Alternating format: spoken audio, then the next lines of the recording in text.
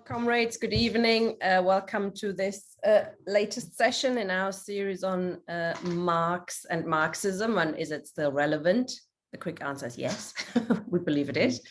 To go into more detail, we'll hear today from Kevin Bean on the question of Marx and the national question, or the nation, Marx and the nation, and there's huge amount of issues to do with that, but I'm told by Kevin that he prefers a chair to be quiet and to just chair rather than give long intros that sum up what he's going to say. So that's what I'm going to do now. Over to you, Kevin. Okay, thanks very much, Tina. Tonight's session is about Marx and the nation. It isn't necessarily about Marxism, because Marxism, as it develops as a political movement and a body of ideas, particularly from the 1870s and 1880s onwards, really builds on what Marx said and what he developed.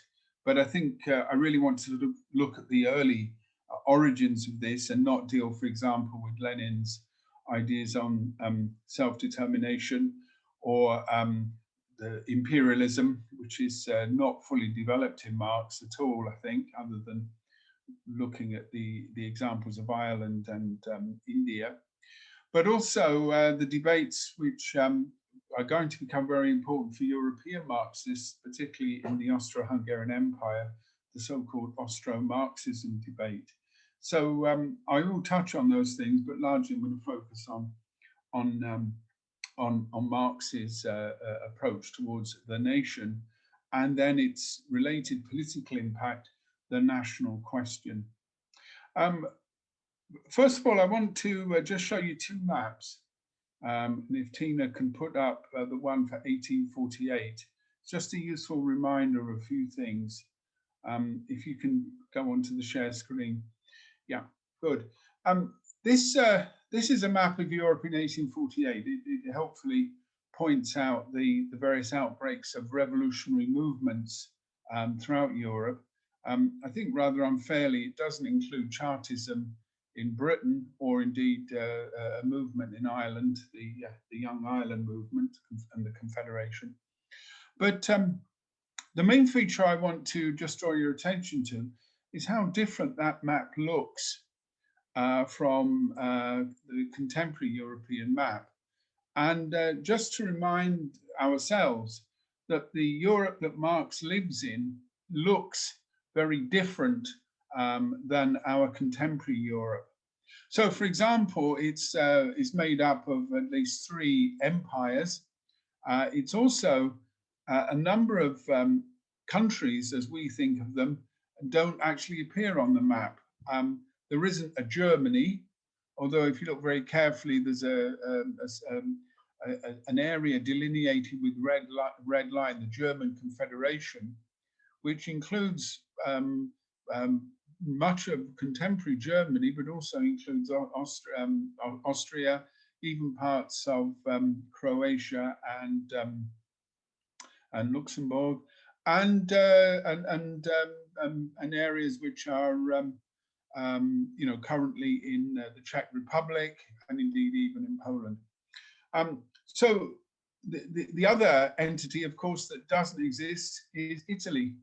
If you look to the south, you can see that there is a word there, Italy, but there's no actual Italian state. There are a series of states, the papal states.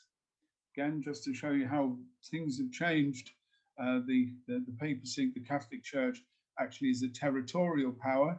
Nowadays, it's just a ceremonial body with a few Swiss guards in the Vatican City, but in this period, it controls a large chunk of central Italy. And then, of course, there's the Kingdom of the Two Sicilies in southern Italy, around Naples and Sicily itself.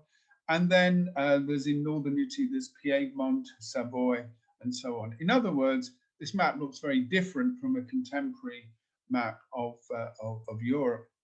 And the issue of nationalism, the nation, and its relationship to democracy is going to be a very important one.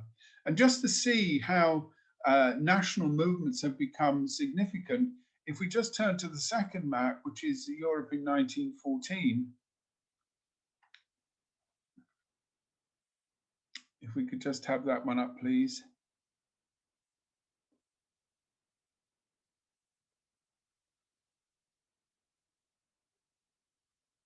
Europe in 1914, I think it's the second one. Is that available? Just a second. Where is it? There. Yeah, thanks, Tina.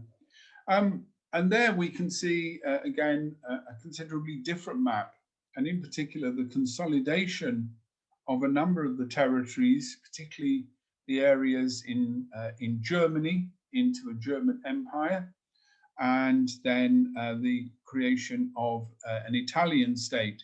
The borders between Italy and France aren't particularly well delineated on that map, but they are actually rather different than the ones shown in 1848. So the significant point here, I think, is the way that the map of Europe has changed, and that change is due to any number of political movements, but in particular the idea of the unification of states and the idea of the nation state. Now, the nation state is seems such a natural idea to us that I want to, in a way, go back into this period when it wasn't only not natural, but was actually new and, in fact, potentially revolutionary. Because the Europe of the 1840s, as the map illustrates to us, the Europe of the 1840s contains a series of fragmented areas dominated by several large empires. And in order for those fragmented areas to come together, there have to be a series of revolutions and indeed international wars. And it's this that Marx is very interested in, and he begins to explore the relationship between these movements and larger political issues. So from his very earliest writing, Marx looks at these demands, and he links them very much to the idea of democracy. So the nation for him is a vehicle, is a terrain, literally a terrain, in which democracy can develop. So in both the Communist Manifesto and the demands of the Communist Party in Germany, the idea of a single German republic, of a democratic republic in the territory is seen as a revolutionary demand. And it's seen as a revolutionary demand because, of course, the unification of Germany will create a centralized area. It will bring together all of the petty principalities, and it will bring them into one national state. And this centralization, this creation, for example, of common citizenship, of travel, and of communications in the general sense, and also a political arena of a republic, will enable the working class to begin to push then for revolutionary demands. So the idea of the nation here is not a type of abstraction. It's not, for example, any sort of support for romantic nationalism. It's a demand for democratic rights. And the idea of the nation in this sense is very clearly linked to democracy. It's not, for example, linked particularly to, as I've said, ideas of romantic nationalism. It's not linked to any ideas of sort of special historical missions. It's linked to the idea that there are growing demands for national unification, growing demands for democracy, and that those demands then have a democratic content. Now, in this, Marx is very clearly building on the ideas of the French Revolution. And indeed, all of the movements that come out from the French Revolution, which are demanding democracy and national independence, all stand on this identification of the nation and the state. Indeed, there's there's a sort of triad, if you will, between the nation, the state, and the people, and that a nation doesn't exist without a group of people, and the state gets its fullest expression within that national confine. So if people want to express their ideas politically, they do that through a state which unites the national territory. Now, the problem then that we have, and the problem that Marx had to, I suppose, deal with, and indeed Marxists still have to continue to deal with, is the definition of that group of people and how that definition comes into existence. And I noticed just very briefly from the chat column that some comrades have mentioned the issue of Scotland. So I think this is of course not just simply an historical issue.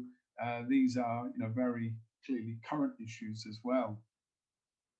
Now, the ideas that Marx formulates occur in a number of different places. The majority of them occur in journalism or longer commentary pieces on particular political problems. For example, on the crisis in Poland, events in Ireland, and so on. So often these are responses to immediate events. And so what we don't have in comparison with Marx's economic work, for example, is that we don't always have a fully developed position.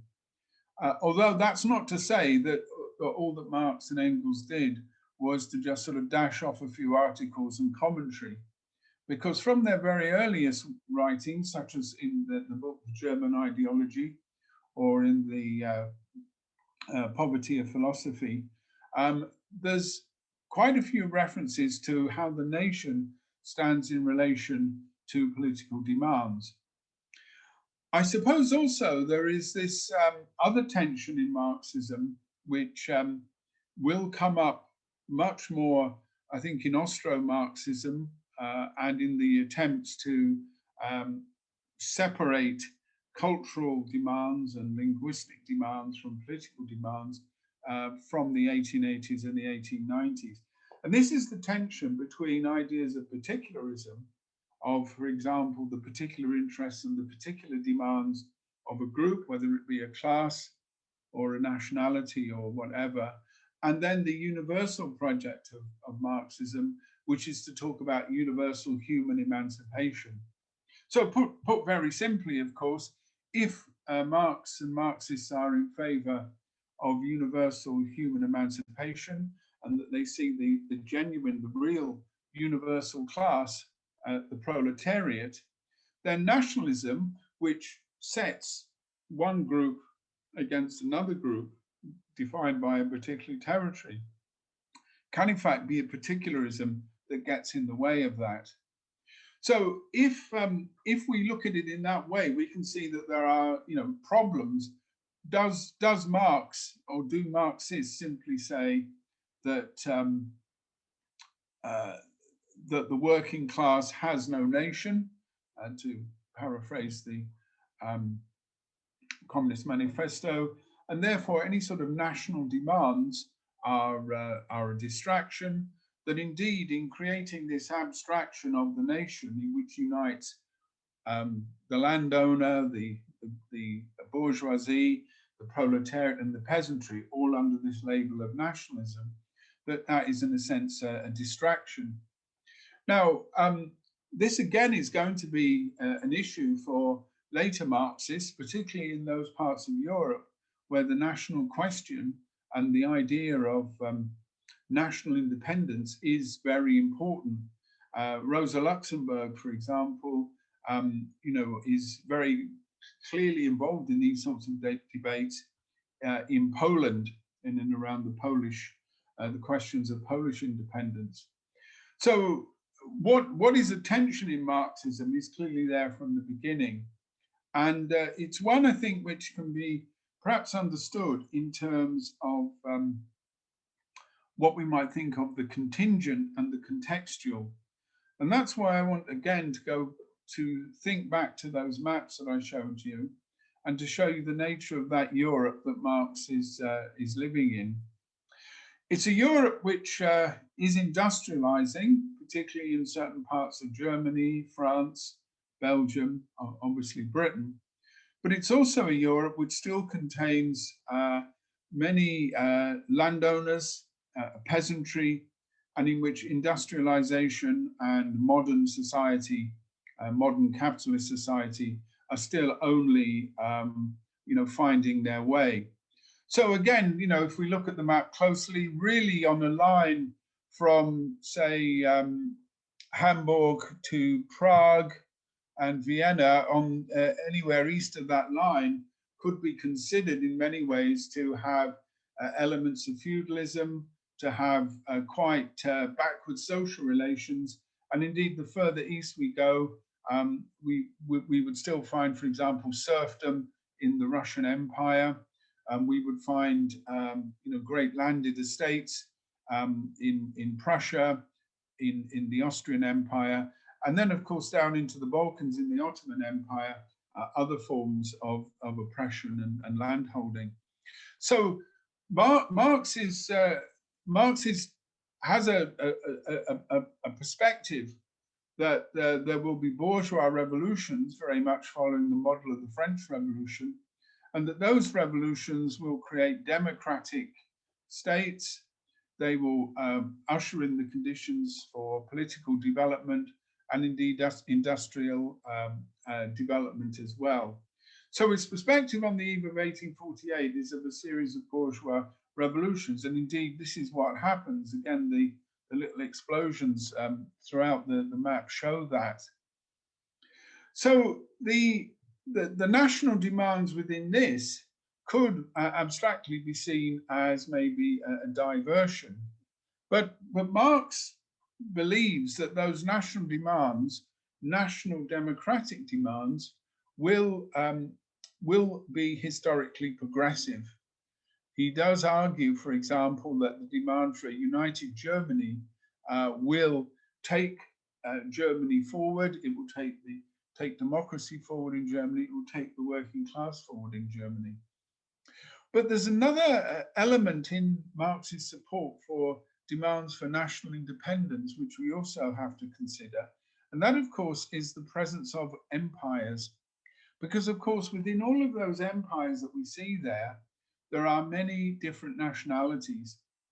The Austrian Empire contains within it Czechs, Germans, Magyars, Poles, Ruthenes, Slovaks, Croats, Serbs, Italians. I'm not sure if I've missed any out, but I'm sure people will correct me. In other words, it consists of a real mixture of nationalities, all with their own demands for democracy and all with their own demands for freedom. So in supporting national movements, Marx believes that links into this wider geopolitics, which will see the overthrow of empires.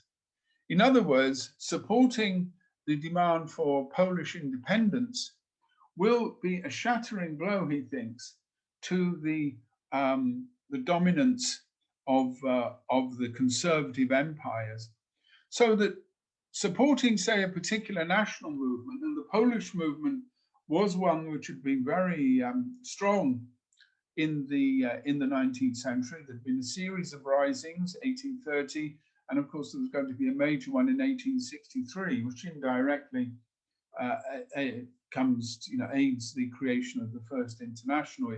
It raises an agitation, and indeed many working class and progressive opinion coalesces around the support for Polish independence.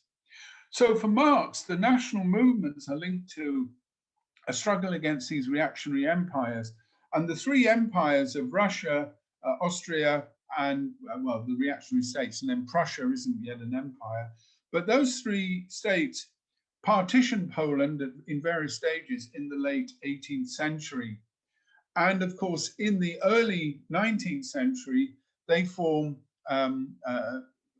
it's actually the term they use, the Holy Alliance, which is a specific federation of empires and reactionary states with the aim of suppressing revolutionary or liberal and democratic ideas. And so any blow to these empires will undermine the cause of reaction in Europe. And of course, the key role in that will be played by Germany, because Germany will be freed from both Prussian dominance, but also what Marx is very keen to stress is the influence of Russia as well. He sees the alliance between St. Petersburg and Berlin as being one of the axes of reaction in Europe.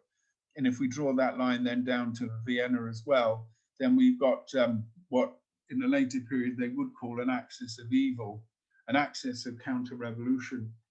And of course, this is all given weight in the 1848 revolutions, because in those revolutions, again, you can see that the way they're spread across Europe, there are a whole series of risings for democratic demands. In Germany, the risings are for democracy and for unification of Germany into one state. One of the interesting things on the German question, of course, is that no one can entirely agree where it actually is. And indeed, in some of the discussions at the Frankfurt Parliament, which was a meeting of representatives of the various German states, there were proposals that the new German Republic or the new German Confederation would extend maybe into the Netherlands and parts of Belgium, and even into the Austrian Empire. In other words, that this would be quite a major state. Now, for Marx, this wasn't only because he saw Germany as a country that was modernizing, was industrializing, but also because he saw it as a potential bulwark against the Russian Empire and Russian reaction. And of course, Poland had been partitioned by Prussia, and its territory, you can just see the area beyond the boundaries of the German Confederation there, areas which such as Silesia and parts of Pomerania and Prussia and so on, East Prussia, that these had been acquired from Poland in the partition. So geopolitics and the idea of an international revolution were very closely linked in Marx's mind to these national demands. And of course, the experience of 1848, in which Russia and Austria, or Russia in particular, formed the bulwark of the counter-revolutionary forces and lent armies and support to the suppression of movements in the Austrian Empire, and likewise Prussia's role in Germany, all solidified this idea in Marx's mind that the support for national democracy would have this revolutionary impact. But also, the argument was, of course, that the working class had its own interests in supporting these movements. Now, of course, both Marx and Engels in their writings, and many of their writings were written, I suppose, very much on the hoof. They were done rather like blogs are today, and often responded to immediate problems.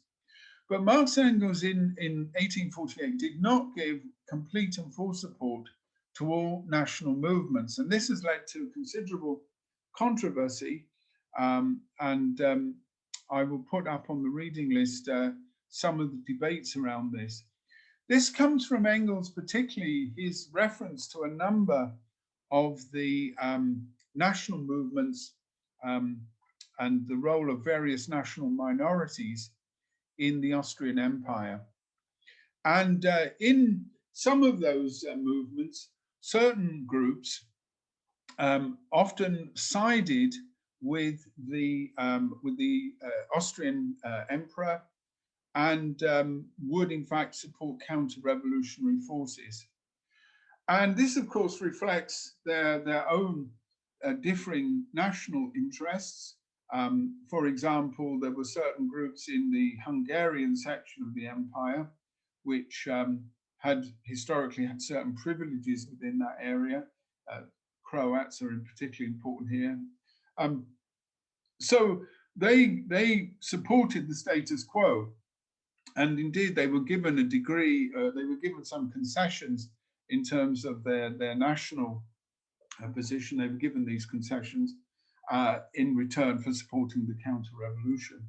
Now, Engels, when he wrote about this, particularly when he also attacked the idea of Pan-Slavism, which again was another radical movement which aimed to unite all the Slavs together, and Bakunin in particular was a supporter of this position.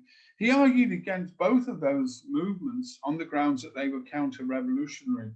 But he went further with the various national minorities and referred to them as non-historic or historyless people. Tina may know the actual expression in German.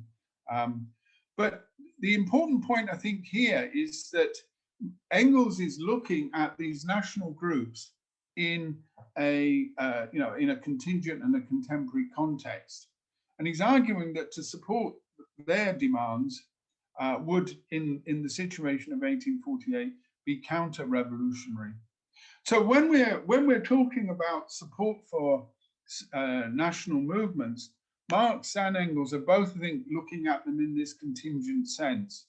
They're looking at this in this sense of historical development, of the role of the proletariat, the importance of democracy. They're looking at all of these things, but it doesn't mean that they give either uncritical or indeed full support to every movement.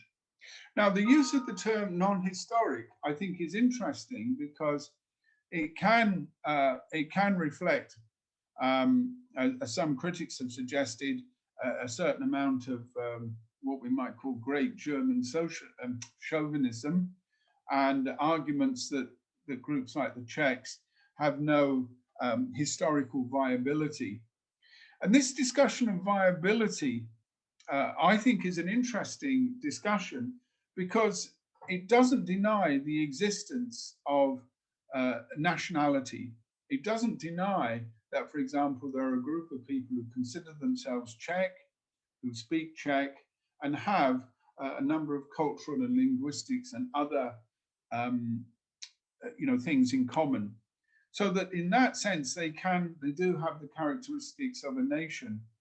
But Engels' argument about viability is whether they are big enough and strong enough as a separate grouping to form their own state in that defined territory, and that state then being in a position to be sufficiently independent. His fear was, and I think it's a reasonable fear, that a series of small independent states carved out of the Austrian Empire in particular, or indeed in the Balkans more widely, would come into the orbit, the sphere of influence of particularly Russia.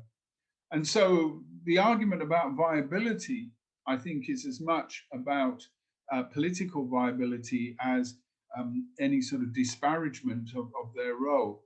I also think that the non-historical point may also refer to an idea of historical future. In other words, for a nation to have a viability, not only does it need to, in a sense, exist, but it also would have potential to develop as a nation. I think this is, this obviously touches on very wider, has a much wider significance than just looking at 1848, because of course it touches on how we define what we mean by a nation, and indeed whether certain characteristics make a group of people a nation. It's clear from their writing that Marx and Engels didn't challenge the existence of the idea of the nation, but they did see it as historically formed. They didn't see it necessarily as primordial. And they talk, for example, in their Engels, particularly in his writings on the German Peasant War, they talk about the formation of a sense of the nation and of the people. So they're not denying that, but they're talking about the political expression of it. Again, I touch on this because of what will later be significant debates in Austro-Marxism about whether the various national groups in the empire should be given either forms of political self-determination or forms of cultural self-determination. This is a particular issue in Central Europe, where you have, in many ways, quite an intermingling of peoples. For example, the Germans are not only concentrated in what we nowadays think of Germany and Austria, but also in Bohemia and Moravia, down into Slovakia, and indeed into Hungary, and indeed into what is nowadays modern Romania, as well as into parts of Poland. So the idea of of Austro-Marxism was to give cultural rights and argue that that was the basis of nationality, and that indeed that this could then be accommodated within a particular type of state. Now, Marx and Engels didn't really address this question because they were still thinking, very broadly in political terms. And I suppose where we see that most clearly, other than in their work on Poland and their support for Poland, is of course on Ireland, and that warrants a separate session on its own. So I'm just going to conclude by looking at it briefly. But Marx and Engels wrote quite extensively on Ireland, both newspaper articles and in correspondence. And of course, they gave support for the demand for Irish independence. And what's interesting here again is its contingent nature and the fact that the support took various forms at different times. For example, on occasion, arguing that a successful revolutionary movement in Ireland would be the trigger for a successful revolutionary movement in England, in Britain. But their initial understanding came from the colonization of Ireland, and came from the Irish demand for independence, came from the specific oppression of the Irish people, the nature of landlord and tenant relations in Ireland, and of course the role that Ireland played in propping up reaction and counter-revolution in Britain, both through the landlords, but also through the standing army. And indeed, something that is interesting is comments that Marx and Engels make about chauvinism in Britain and the ways in which that can be utilized to fuel divisions in the working class, particularly as in the aftermath of the famine, you get probably in the years that follow it, probably a couple of million Irish people emigrate to Britain. And of course, we then have the divisions between an Irish proletariat and an English proletariat, with employers playing one off against the other, mobilizing English workers against the Irish immigrants. And indeed, in many places, Scotland and Liverpool being those, but in other parts of Northern England, the development of sectarian politics.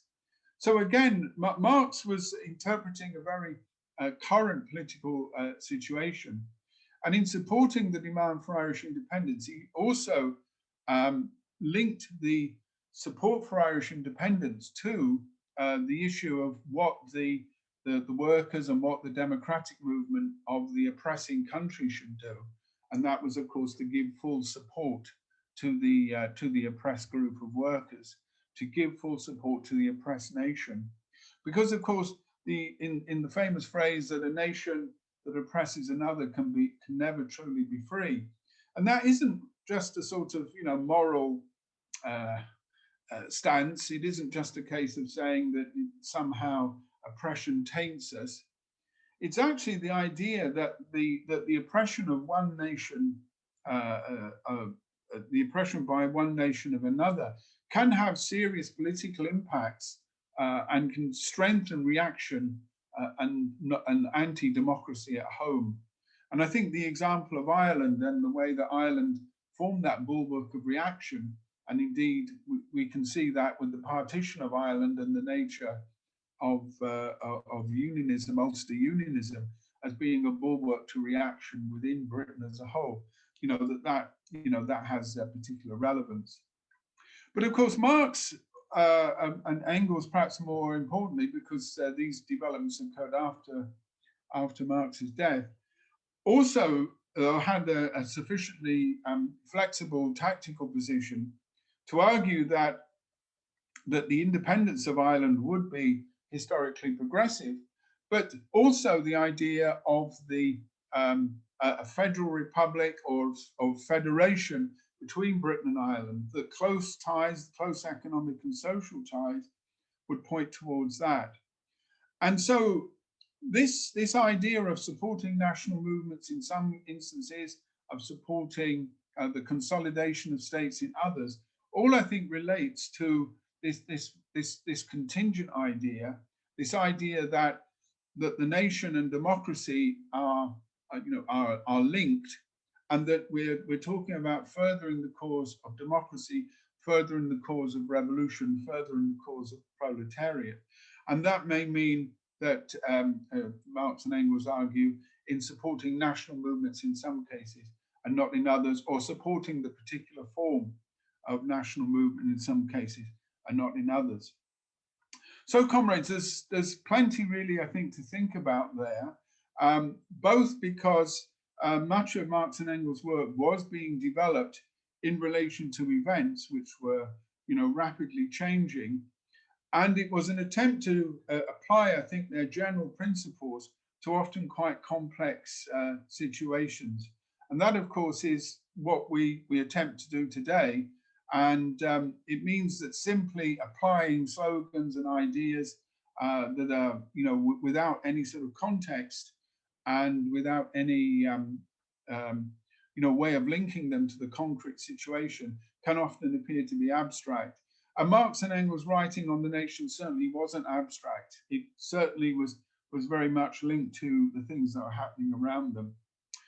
It also, I think, points a way that we can approach some of the national problems that we have today, and in particular, the support for centralization, the support for working class unity, and above all, the idea of internationalism.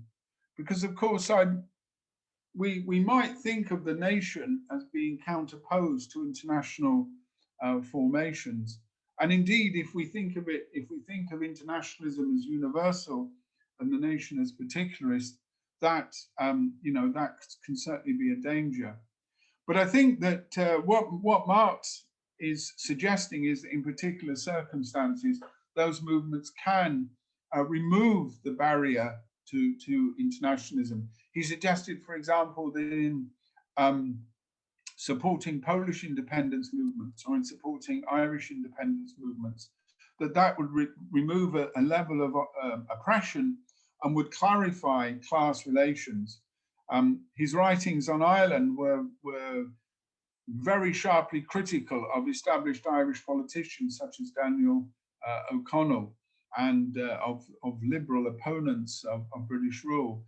And he points out, and often quite ruefully, Engels in particular points out quite ruefully, that if O'Connell had been a revolutionary and he had those monster meetings, 200,000 people, he said, if a revolutionary led that crowd, just think what it could achieve. So clarifying the nature of class struggle by removing national oppression, I think, is very important. And that then, I suppose, becomes the central problematic in later Marxism and how national questions are then applied. But I'll conclude there. I've gone on a little longer than I intended, and we'll just go on for general discussion. Okay, thanks, comrades. Thank you very much, Kevin. Lots of questions and possible issues you've touched on it's quite interesting that I think flexibility is hugely important to Marx and Engels on the question when it comes to the national question. So, okay, first person who wants to ask a question or make a contribution is Tony. I'm muted on it. Right, can you hear me? Yeah. Yeah. Okay, one keeps telling me to unmute myself, but I think I have. One question which interests me, amongst others, is the development of anti-Semitism in Germany. Because in Germany in 1871, I think Jews had full emancipation, which was only 13 years after emancipation in Britain. And yet very rapidly, German nationalism took an anti-Semitic hue. One could run through the list of them, Wilhelm Marr and so on. It became a central pillar ideologically of German nationalism.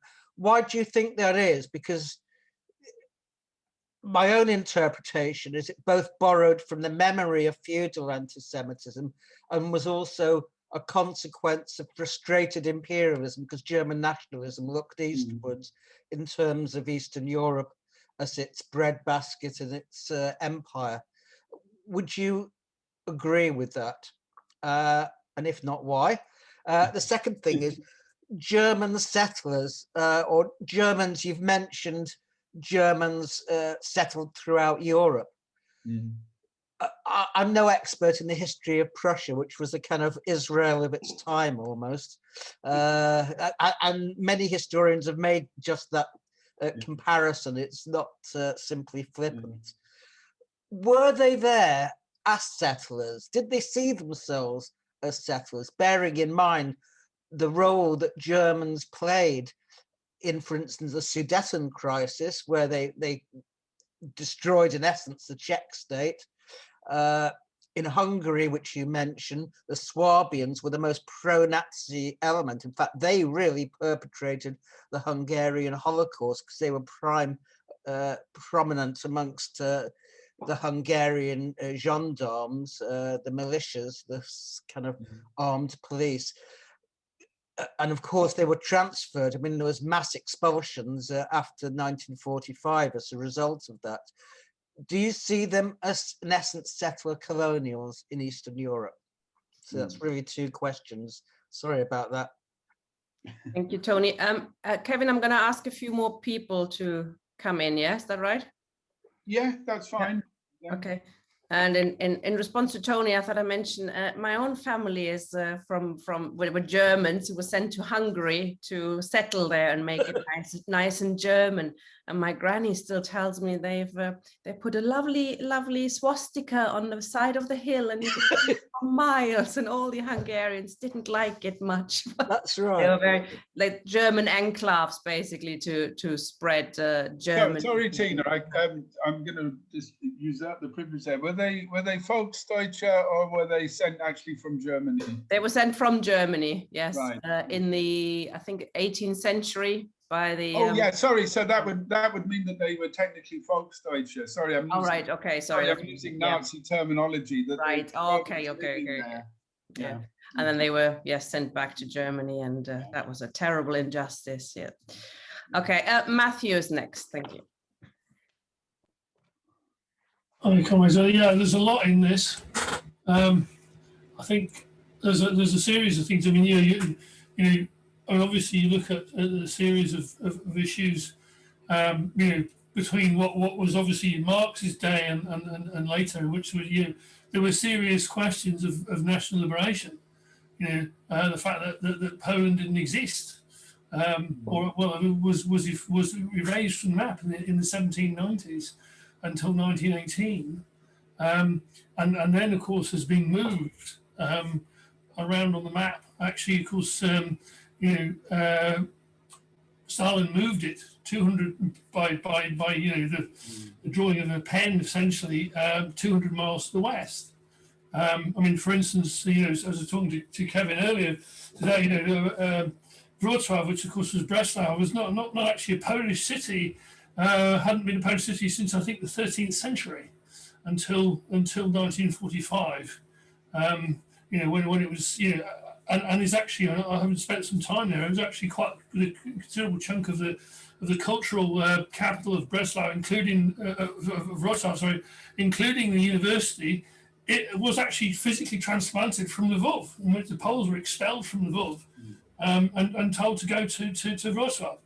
It's an extraordinary thing, but of course, at the same time, of course, the Poles provided an extraordinary number of revolutionaries. I mean, the Poles took part in every revolution in Europe, for centuries. I mean, you speak of 1848. I mean, the famous saying of Polish fighters on the walls of Vienna when they were asked why they were there, and they replied, "Dla twojej wolności I nas," for your freedom and ours, which is about as good a revolutionary slogan as you'll get. Yeah. And of course contributing to revolutions in Germany, the organisation of the KPD, the Bolsheviks, the Bund, all this comes out of purely, in many ways driven by the question of the liberation of Poland. Again, as you say, in Italy, I mean, the whole thing about, the questions that arise from the movement of Garibaldi and the Risorgimento, in which, basically have this, to get rid of these as Kevin outlines, these little satrapies and odd repressive, enclaves that existed, and have this huge march, which isn't tremendously popular. I mean, Garibaldi, of course, spoke in Britain was to huge crowds, because this whole question was extremely popular. And all these reactionaries who run these things were hated universally in Europe.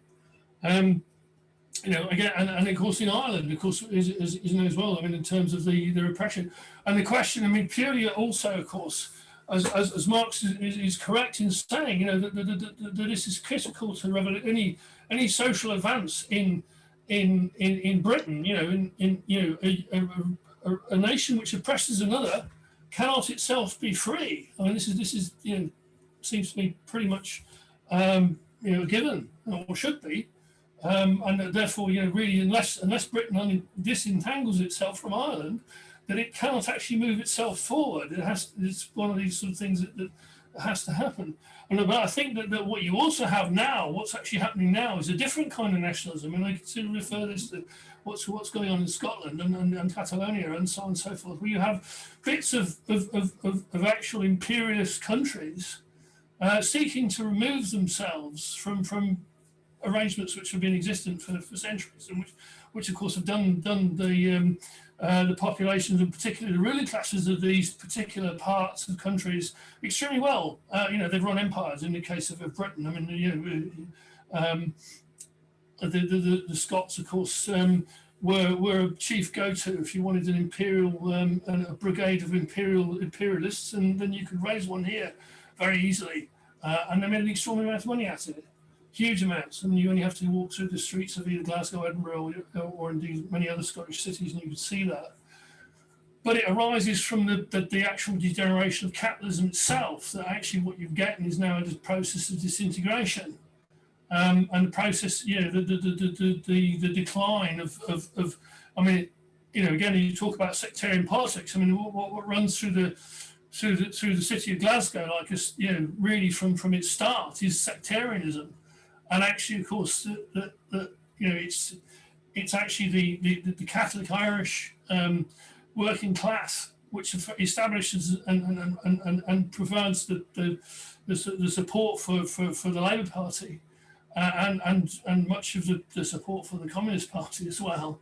Although there is then a considerable, a notable section of workers and revolutionaries who come over from the loyalist side as well, and refute their own heritage to their great credit, and it's that the falling apart of that which then leaves the space for the sort of nationalism we have now, which in itself, of course, is also in considerable trouble, as we can see this week, in terms of political forces under capitalism, which of course come under these centrifugal forces. And I think, it's that, it's trying to get an understanding of the different elements of nationalism and the different uses it's been put to. And I think the other thing, of course, is that how does the working class itself, as the single universal class, actually break out of this straitjacket? To a degree, the capitalist class has done it. Under the aegis really of the US, and you can look at the US ruling class as being almost a world class. Does the working class actually have can it break out of this sort of national straitjacket, which obviously the ruling class is always trying to feed it into and trying to reinforce every day. There's this identity, and that things don't go beyond borders and all this stuff, and of course also with social democracy and the rest of it as well. It's exactly the same, all of that politics, and of course Stalinism, and it's actually, can the working class then break out of that and say, well, we actually are an international class, and we can operate, and we need to operate on an international basis, because obviously the productive forces now are international. You cannot look at, there is no country now which can operate by itself. It's simply the intermeshing is so great, as we can see demonstrated by Trump, in which he says, okay, well, we can run without the Chinese, because we discovered that, of course, everything actually is so tied together they can't do it. Even down to the fact that the whole basis of production, it runs on a world basis, and it's then to say, well, can there be a political? Can the working class make a political leap forward on that basis? Thank you, Matthew. I think, Kevin, I'll bring you in now. There's quite a lot of things. There's also a couple of interesting questions in the chat. I don't know if you kept... I've been trying to read them, and they're not always easy to read. So there's a question. Did Marx and Engels write anything about the national question in Scotland, or was that a bit early? Also, what's your view on how they, or Marxists or Marx, would look at Ireland today? Is it different, just calling for unity? Is that still the appropriate call, or is the fact that there's a separate entity? How would Marxists resolve that issue? I know you have a view on that. Okay, well, some interesting questions, and some good questions from Tony. I think that, Tony, you're partly right, but I think I think the use of anti-Semitism in Germany is very contradictory. I noticed in the chat that you referred to successful politicians in the Austro-Hungarian Empire, Luger, and I think the other one is von Schönerer, who both deploy anti-Semitism for a popular movement. But of course, Luger's comment, I define who's Jewish, is, I think, quite important, because in many ways it's a mobilizing method of a group who can be easily identified.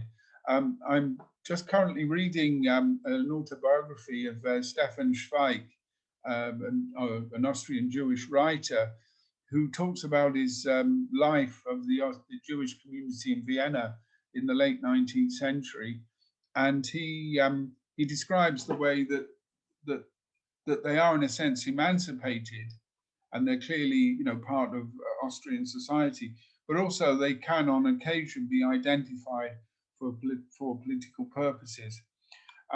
So I think there is a contradiction there, and for me, the interesting contradiction in Germany itself is that those areas of Germany that were most likely to support the Nazis, electorally, were often those areas in which had virtually no Jewish population, and also areas which were quite rural, very strong or in numerical terms, the Mittelstand, the petty bourgeoisie.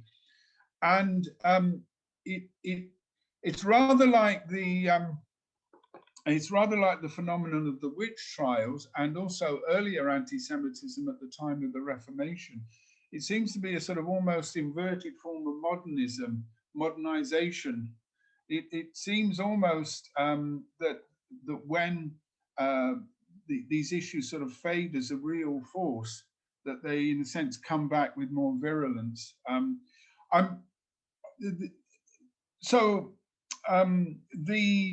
The issue of feudal survivals, yeah, I'm sure that that's a factor, and I also think that some of your points on sort of an internal war and discovering an internal enemy, but I also think we have to think of the the specific crisis of post First World War Germany, and I think it's that is the incubation of this. And Germany isn't especially more anti-Semitic, that's my contention, than many other European countries. And if we start, and I'm not suggesting that you're saying this, but if we start going into that road, then I think we can start, in a way, talk about German exceptionalism. And we know that the anti-Nazi propaganda of the past, talked in that way. But I think there is this paradox that that particularly scientific racism and a type of non-religious anti-Semitism grows as Germany is expanding, in which it's modernizing, and indeed in which Jewish people are being assimilated into German society. It seems, in a sense, a paradox, and I think it's that some of the features can be found. On the wider issue about the Germans in Europe, well, I think Matthew referred to it slightly when he talked about Breslau being a German city from the 13th century. The same is true of Prague, and indeed the areas in the Sudetenland were essentially German. I mean, they share a border with what we think of as Germany, and through conquest, particularly in the medieval period, many of those areas had effectively become German, or very least heavily dominated by Germans. But you're quite right that that both the Austrian Empire and the Prussian state did have a policy of Germanization, and Tina's grandmother is a product of that. I've met several people who German people who have origins in those sorts of places, and indeed they were often, the most virulent anti-Jewish people, as indeed were many of the leading Nazis who were born outside of both Germany and Austria, and who had that sort of, that strong commitment. But it is, I think, your definition of settler colonization is accurate, and it is a process that does go back into the Middle Ages, the Teutonic Knights, the conquest of Prussia, and indeed up into the Baltic area, and so on. So I think it does correspond to that. But if you want to come back on the anti-Semitism question, I am interested in it, and particularly that paradox there. Comrades asked about Scotland. Well, there is a slight reference, and funnily enough, it occurs in Engles, I think, comments on democratic Pan-Slavism, and he refers to the Scottish Gaels as being a non-historic people, and he more or less says that they've been almost entirely assimilated into the British state, and that the viability. He's talking particularly of the Gaels. The viability of the Gaels as a separate group, he says, he sees them in a sense as an historical fragment.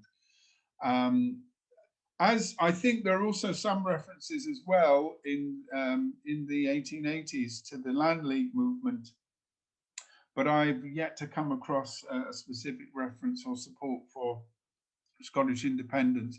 I dare say that there are sufficient Scottish Republican groups and Marxists in Scotland who support Scottish independence who will have dug that up, but I haven't found anything in that way.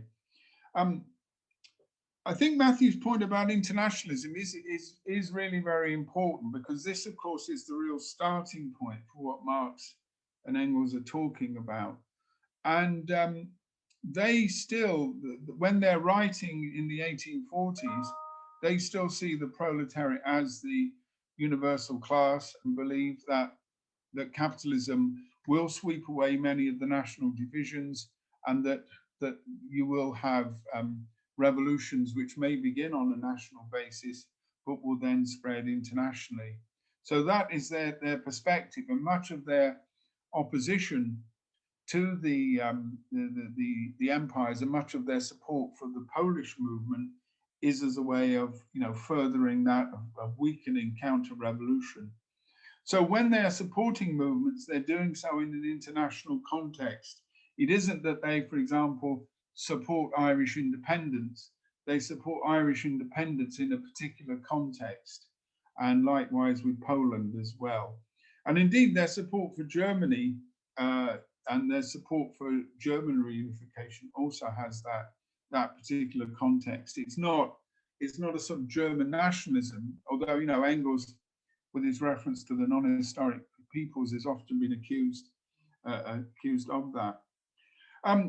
The Scottish question, and some comments that Matthew and a couple of other comrades have raised about the nature of contemporary nationalism. Well, I think they're clearly very different, and particularly ideas of cultural nationalism, cultural identity. In other words, that what we're talking about is building a particular state of a particular group of people. And of course, the right to self-determination, which is really a separate topic, because as that sort of demand, it only really arises in international socialism in the 1880s and the 1890s. This is not. This is now posed, and we can think of numerous cases. This is now posed as a sort of absolute right. Now, Lenin agreed that it was an absolute right, but as some of the comrades have indicated in the chat box there, that socialists might well say that people have the right to determine their own democratic future, but whether socialists advocate this, and particularly in the case of Scotland, support a fairly spurious history of Scottish oppression, and indeed play down the role of Scottish capitalists in the British Empire, whether they should do that, I think, is another matter. I think Tony can think of all sorts of comparisons with Zionist movements and in terms of their invented history here, but Tony's probably in enough trouble with everybody without going into that one. Just very briefly on the Irish question, comrade there asks,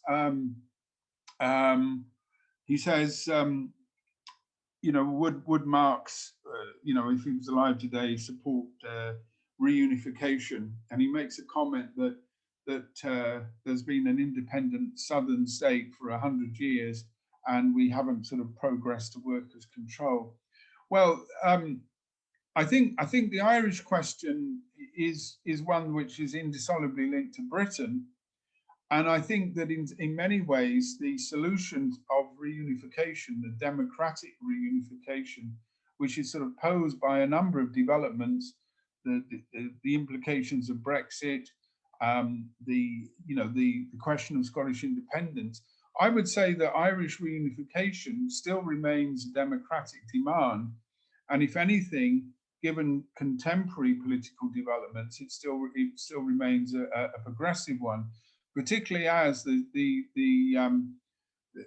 dangers of, to quote Connolly's phrase, a carnival of reaction around Brexit and around what could emerge from the breakup of the United Kingdom would put that on the agenda. But I think that the comment is quite right. Just because Engels says something in 1856 doesn't mean to say that we should still support it. And both Marx and Engels in their writings did take different positions on both national movements and indeed other political developments.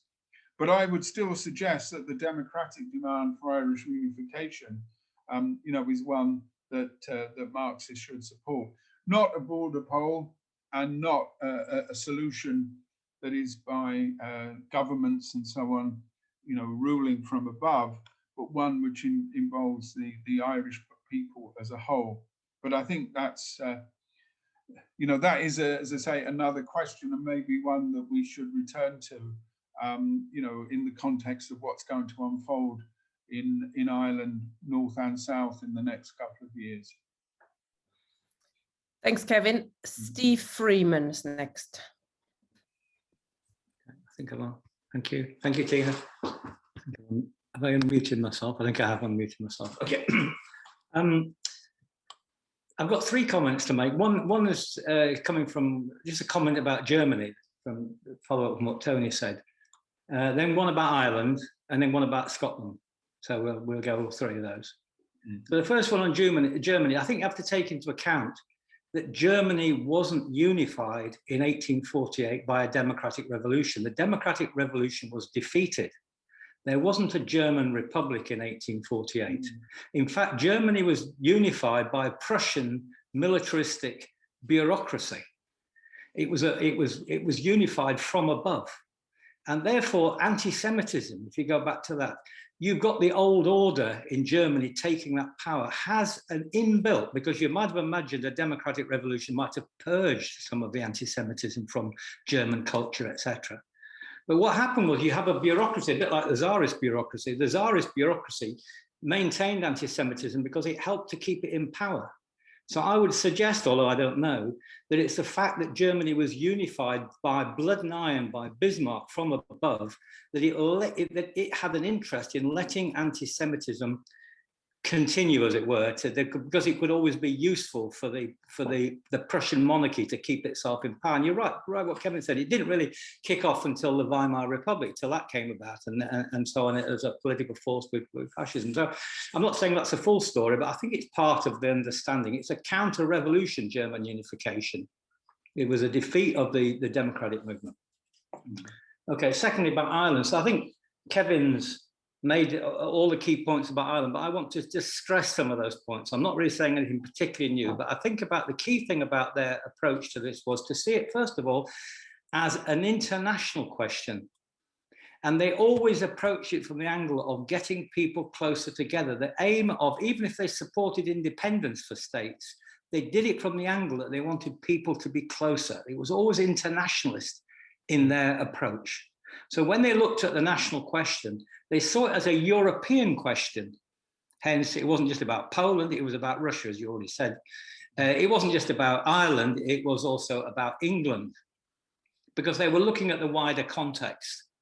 And for Marx and Engels, their approach was, how would the English working class react to this? What would happen to the English working class? Although it was an Irish question, they didn't treat it as a purely Irish thing on itself. And the Chartist movement in the 1840s, they had the repeal of the Act of Union as one of their important slogans. In England, by the way, I'm not talking about the Act, they wanted to have a version in Ireland, but they had it as an English demand. And Marx says at some point that the repeal of the Act of Union must be written as one of the #1 policies of the English working class. And the argument you've already made, that England will never be revolutionary while it's kind of tied into the oppression of the Irish people. So there's an English dimension to the national question that we must not forget about, because England had the biggest working class, and therefore the most revolutionary, ultimately the most revolutionary potential, although it was the oppression of the Irish that made them the revolutionary part of the whole thing.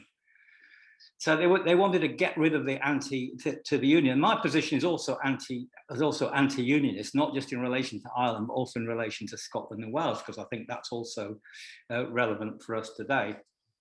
Now I'll move on to Scotland, if I could. So it's the holding back of the English working class. Now, interesting, there is a quote, Kevin, about Engles, about the national question in the UK, and it's written in State and Revolution. And just as it happened, I didn't get this ready. I just happened to have the copy sitting next to me.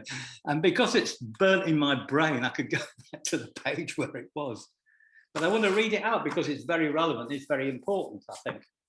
They say in this bit where they're talking about republicanism, Engels, like Marx, upheld democratic centralism. He says they regarded the Federal Republic either as an exception or a hindrance in development, or in the transition from a monarchy to a centralized republic as a step forward.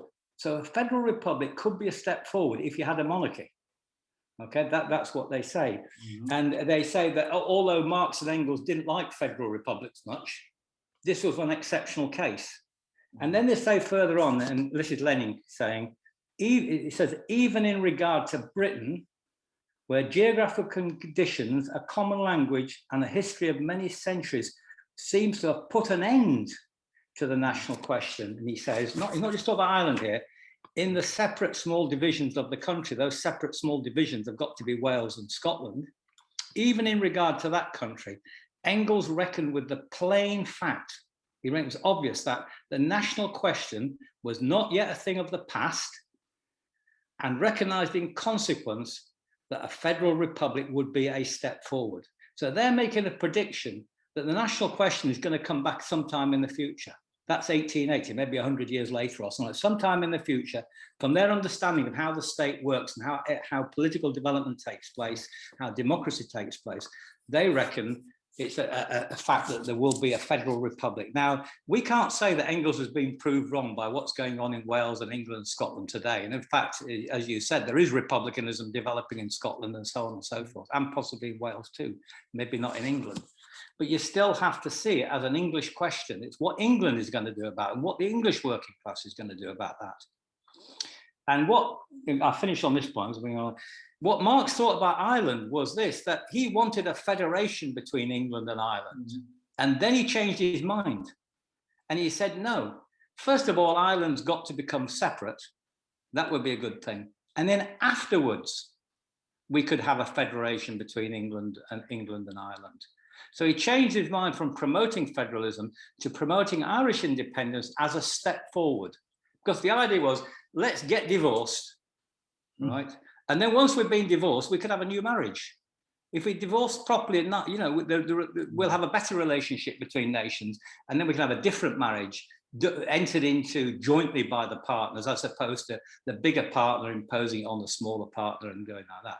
So I think the repeal of the Act of Union, quite right, I absolutely agree, is very, very relevant today. And I see myself as an anti-unionist, but from an internationalist perspective. It's from looking at England in the European context, the UK in the European context, and England in relation to Scotland and Wales. I'll finish there. Thank you, Steve. Marie, please. Hello, thank you for this beautiful discussion. I have a question, I have some commentaries which are questions. It strikes me that, for example, when there was Mengistu in Ethiopia, which is not really known for having a very large working class, it's not comparable to what we are discussing here in Britain and the West. When there was Mengistu, he had a vision of the unification of all the parts of Ethiopia, which is very complicated, with a lot of tribal and ethnic differences. And I remember the comrades of the left in this country who were defending the right of self-determination of Eritrea. And to me, at the time, it seemed the wrong thing to do, to not to address the masses of all the parts, and to influence as much as one can for the general interest of federation, the general interest to be defended more than the self-determination of Eritrea. To me, it looked like it was a mistake, and I think it still is now. But of course, this depends. This is a context. Now we are dealing with another part of the world, with another time in history, with different relations between what was the Soviet Union at the time and the West and so on. And so I take from what Kevin has said, that these things depend. and Marx and Engles are showing, these things depends entirely on balances of a study of the specific circumstances and the balance of forces at any given time. For example, another commentary of mine is that when I studied the French Revolution, I realized that Brittany wanted to be a nation, and there they were fighting the revolution absolutely in a revolutionary manner. You would have thought that they were the greatest revolutionaries in the world by the way they behaved, and yet it was, the aim was not constructive, and history has shown that the state was formed incorporating the Basques, the Alsatians, those over there in the Mediterranean. Then there was many other.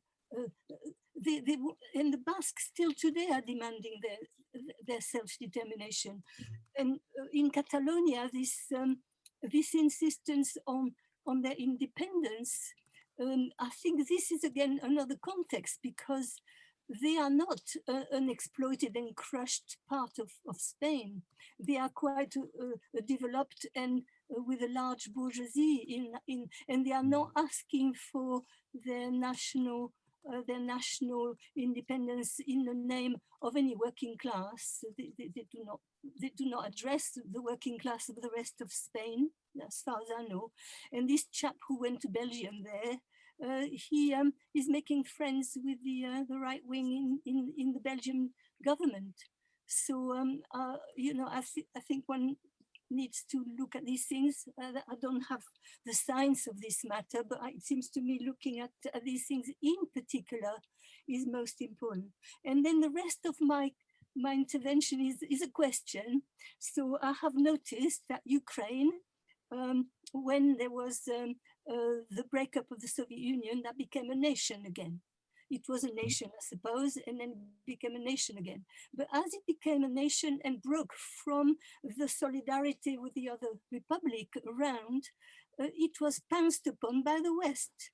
And then the West wanted also everything else, like Crimea and Sebastopol. And look how the people stood up without perhaps all of them having read Karl Marx. It seems to me that the people of Crimea and of the Donbass, they showed that they understood what was happening, and it was not possible to be a nation now, a nation as separate from Russia. If they were separate from Russia now, they would be with the West and Ukraine, Ukraine going back to the West. And not only back to the West, but back to the far right, where they have now a Nazi government. And I would want Kevin to dwell on that last aspect of Ukraine if he has time. And if not, it can be another time. Thank you. Thanks, Marie. Anne McShane has indicated to speak, but her camera, there she is, okay. Hi. Hi. Okay, so yeah, thank you, Kevin. It was very interesting. It was kind of different to what I expected. I thought that you would look more at the discussion of the nation in the Communist Manifesto, but perhaps I missed that because I missed the very beginning. Anyway, so what I liked about it is that you spoke about how they dealt with the question concretely, and therefore they changed their minds in relation to the national question, according to, you know, the variations in politics or social developments, whatever. But what I wanted to ask you is, like, it seems to me that what the overall argument you were making was that Marx and Engels evaluated the national question on the basis of what would be progressive on an internationalist basis. And from that point of view, in their era, you could see why they would take such an approach. But now you can, to me, like looking, for instance, at Britain and the breakup of Britain into Wales and Scotland and England, I think that that is not historically progressive. Yet, however, unless we address the national question in Scotland with a proposal to, you know, either, yes, have your self-determination, yes, but we would prefer you wouldn't go and we'll have a federal republic. Or, I mean, in many other parts of the world where there is a national question, which will actually break up an already existing nation and already existing trade unions and workers' organizations, then it is not historically progressive to advocate that they exercise the right to self-determination. Or is it even right to even, raise the question? I suppose what I'm saying is that we've entered into a different era where we already have, major nations which are descending into smaller, not groups, but, being divided on national grounds. And we have to look at how to kind of reunite people around a progressive agenda led by the working class, rather than the situation that Marx and Engels were in. I don't know if I've explained that properly, but okay, then on Ireland. Well, I agree with Kevin, it's still a very important question. Having lived myself in Britain and been involved in the left for 20 years and now live back here in Ireland for 14 years, I think I'm in a kind of an unusual position, having experienced what it's like in the left in Britain and now on the left in Ireland.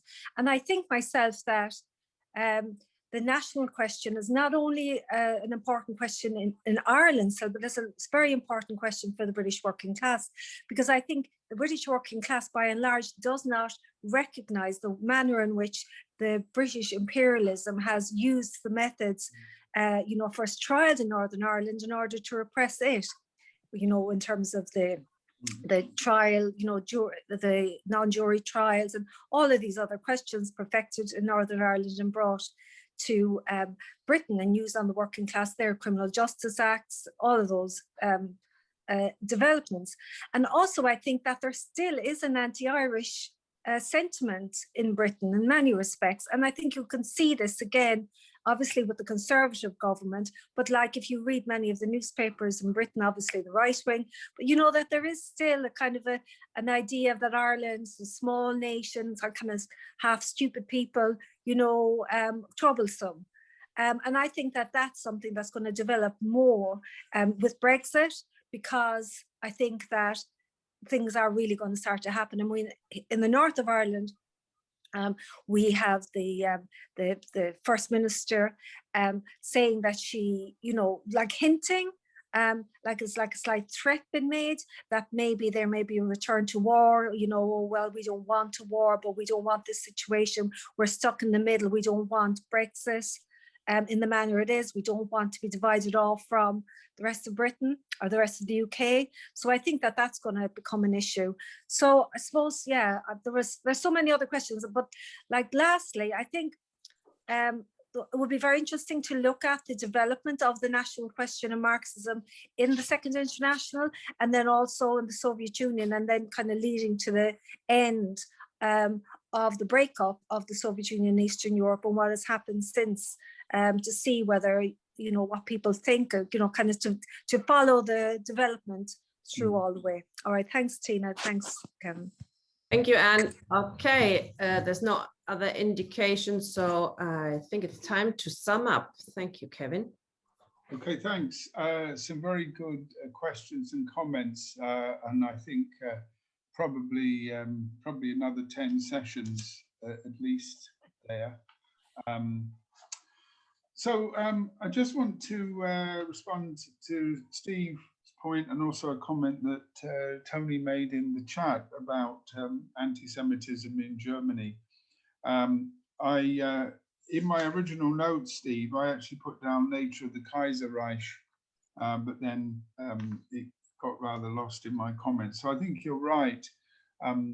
If you want to think of the German state as, in a sense, an incomplete or distorted bourgeois state with the Junkers and an aristocracy and military bureaucratic power, and in the late 19th century, that I think explains much of its character.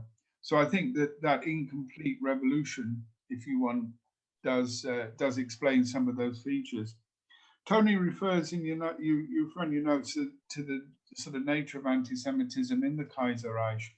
Well, the Pan-German League was anti-Semitic, but it was more, I think, in terms of supporting German imperialism, and particularly Großdeutschland, the idea of a strong Germany and Austria.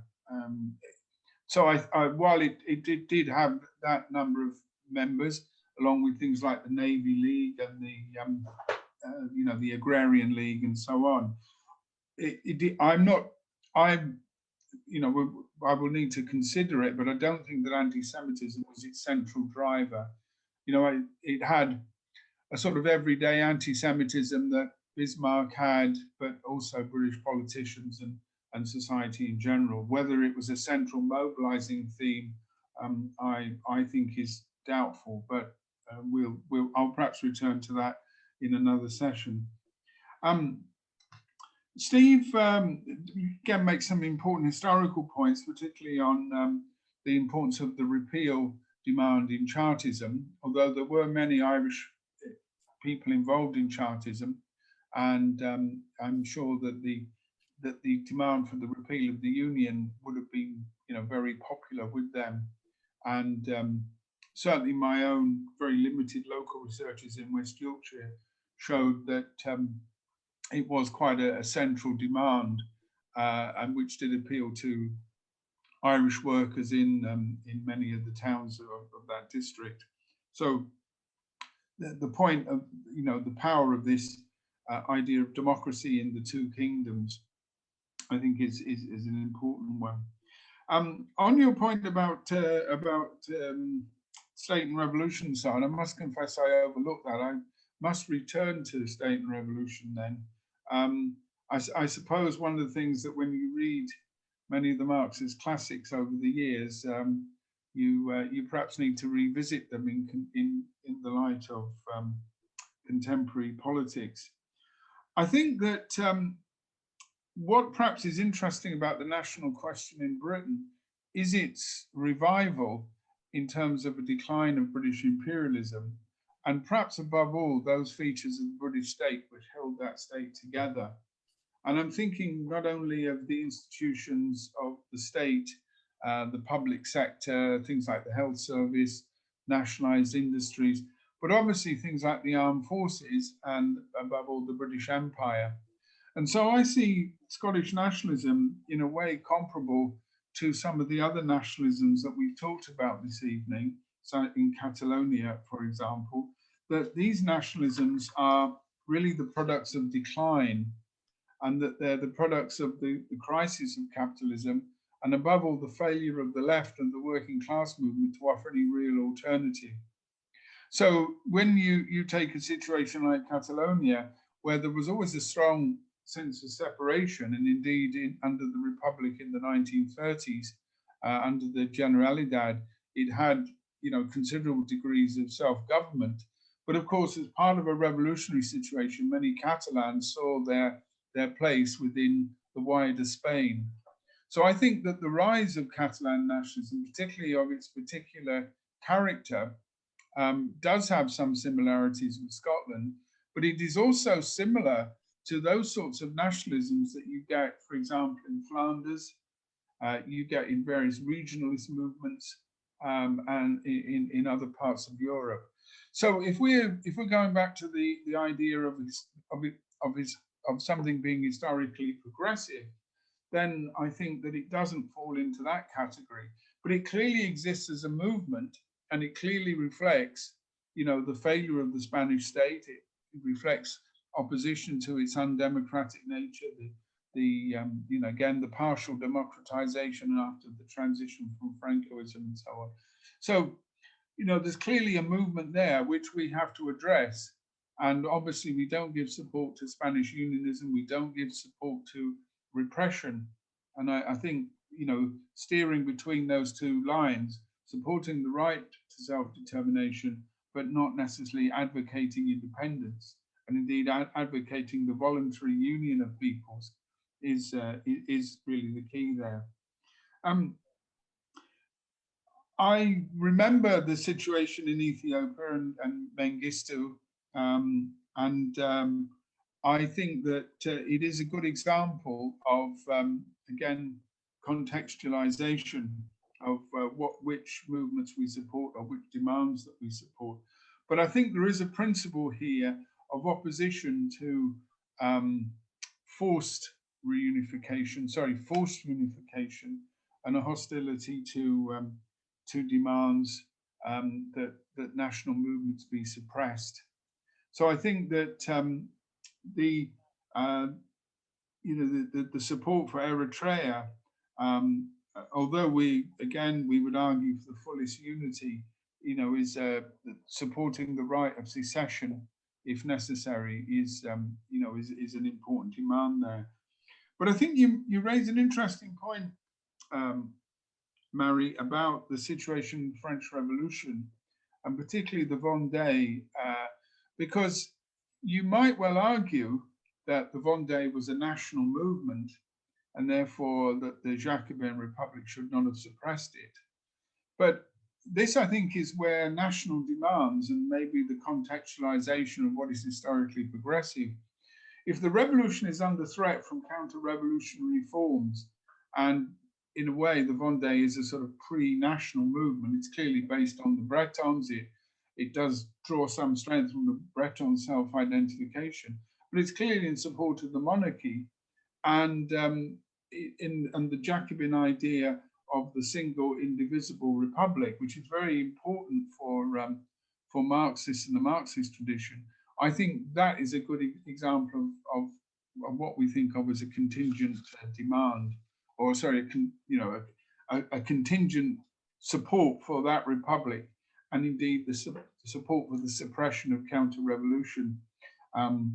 But again, another area that's worth teasing out.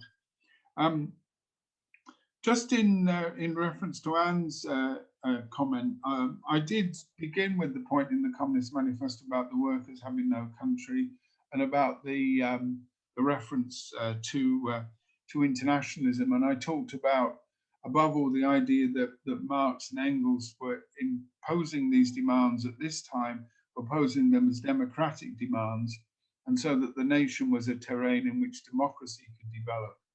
And I began with that. The issue, I think, of Ireland is a good example, though, about how we might approach it. And there have been a number of comments in the chat. I'm afraid I'm not able to really read them and then concentrate on what people are saying. So I think it's something we will need to revisit. Is Ireland still the key to the British Revolution, as some comrades argued in the 70s and 80s? Well, obviously, the nature of the conflict in Ireland has changed. The nature of state relations have changed. Brexit, I think, has destabilized and has opened up a new pattern. But let's think of other dynamics that are, for example, towards the reunification of Ireland, the integration of the economies, indeed the integration of the Irish economy with mainland Europe and its relationship to Britain as well. Look at the way that the consolidation of partition has reinforced division in the 6 counties, and that's now been organized through a sectarian Good Friday Agreement, in other words, the reproduction of that conflict. So I think if we look at those parameters, we can actually see that it would be historically progressive for Ireland to be reunited. But as comrades have said, that would also raise the question not only of its relationship with Britain, but also its relationship with the rest of Europe. In other words, that sort of internationalism.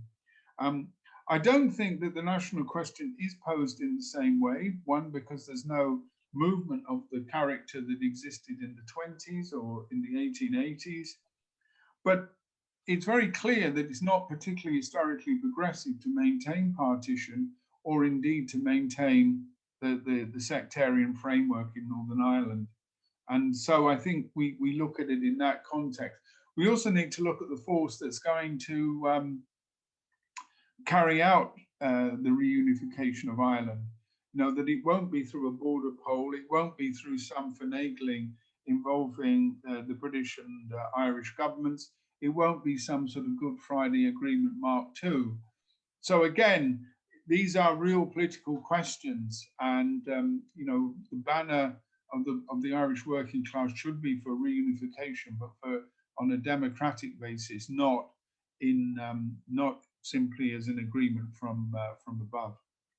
Well, comrades, I'll wind up there. Thank you for your comments and so on. And what I tried to do this evening was to talk about the ideas of Marx and Engels in their time, and of course we've raised questions then for today, and the points that Anne McShane makes at the end about the development of the Marxist position on the national question, particularly in those states in Europe which were consolidating after 1848, and by the 1890s we have something like a recognizable pattern of states in the West.